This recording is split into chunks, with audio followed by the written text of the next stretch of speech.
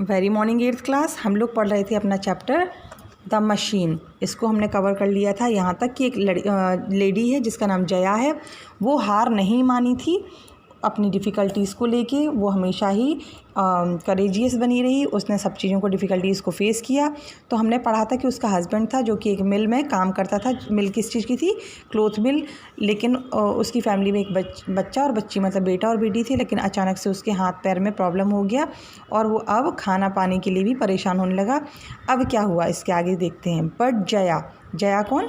जो उसकी वाइफ थी, वॉज वेरी ब्रेव लेडी, बहुत ही साहसी लेडी थी। She took the bull by the horns. उसने क्या किया? Bull by the horns idiom है।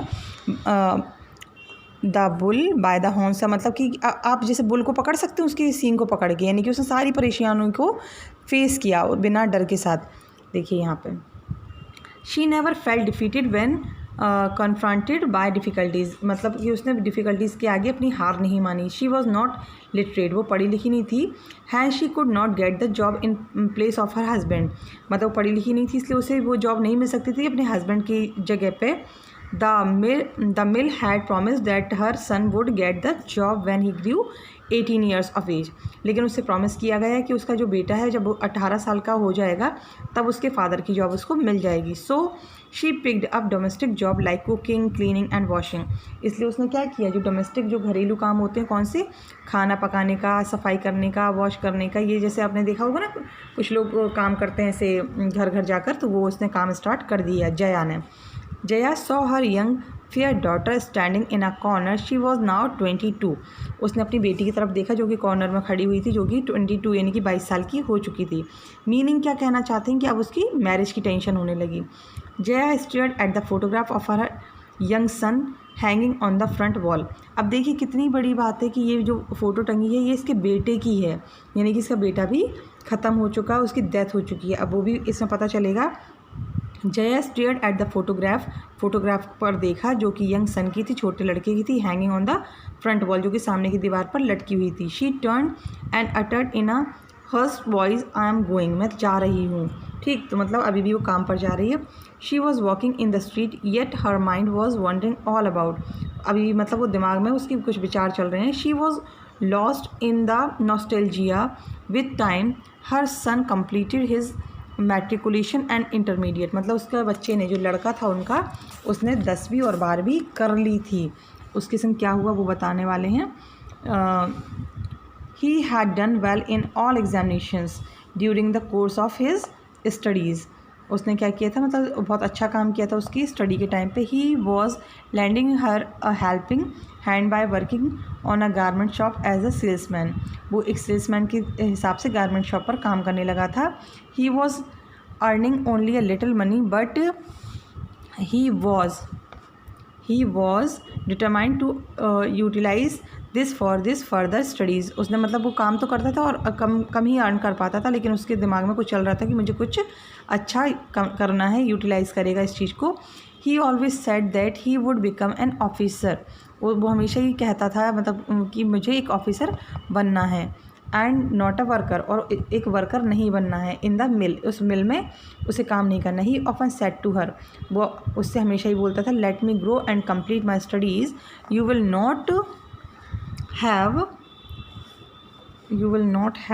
1 minute to work as a house maid then, मतलब मुझे बड़ा होने दो और पढ़ाई करने दो, फिर तुम्हें ये हाउस मेड के काम नहीं करने पड़ेंगे। मतलब अपनी माँ से कह रहा है। You will live an easy life, आप बहुत आरामदायक ज़िंदगी जियोगी। I will do everything to keep you happy, मैं सारी चीज़ें करूँगा जो आपको खुश रख सकें। When he turn 18 he joined his father's mill and continue to study in the night. उसने क्या किया? उसने फादर की मिल को ज्वाइन कर लिया और काम करना कंटिन्यू रखा और अपनी स्टडी को भी कंटिन्यू रखा। रात में वो पढ़ता था, दिन में जॉब करता था। He loved his mother very much, वो अपनी माँ को बहुत प्यार करता था। He wanted his mother to stop doing the work of maid servant, वो चाहता था कि उसकी माँ मतलब स्टॉप कर दे ये काम करना जो मेड सर्वेंट वगैरह के। But she wish to continue after all her daughter had to be married, मतलब लेकिन उसकी माँ ने वो जारी रखा क्योंकि उसकी डॉटर एक शादी के टाइम तक की हो गई थी कि उसकी शादी कराना एक टाइम आ गया था। She try to save every paisa she could, वो मतलब कोशिश करती थी कि हर एक पैसे को इकट्ठा करे। And promised her son that she would leave her job after married, उसने मतलब प्रॉमिस किया कि मैं ज़रूर करके ये छोड़ दूँगी जॉब, जो भी होम मेड मतलब जो डोमेस्टिक वर्क हैं, जब उसकी लड़की की उसकी बहन की शादी हो जाएगी। But her son was not in the favour of marrying her his sister at this time. लेकिन उसका बेटा इस फेवर में नहीं था कि उसकी बेटी की मतलब अपनी बहन की शादी कराए उस टाइम पे, because he wanted her to marry when he would have become an officer. वो चाहता था कि जब वो एक ऑफिसर बन जाए तब उसकी बहन की शादी हो। That will help get a better boy for her. जब ऑफिसर बन जाएगा तो ये बहुत अच्छा रहेगा कि उसको एक अच्छा लड़का मिल जाएगा। But last year all hello broke on Jaya. लेकिन लास्ट ईयर क्या हुआ, एक सारी बुरी चीज़ें उस जया के साथ में हुई। कैसे? She lost her son too in an accident when the machine developed some snag.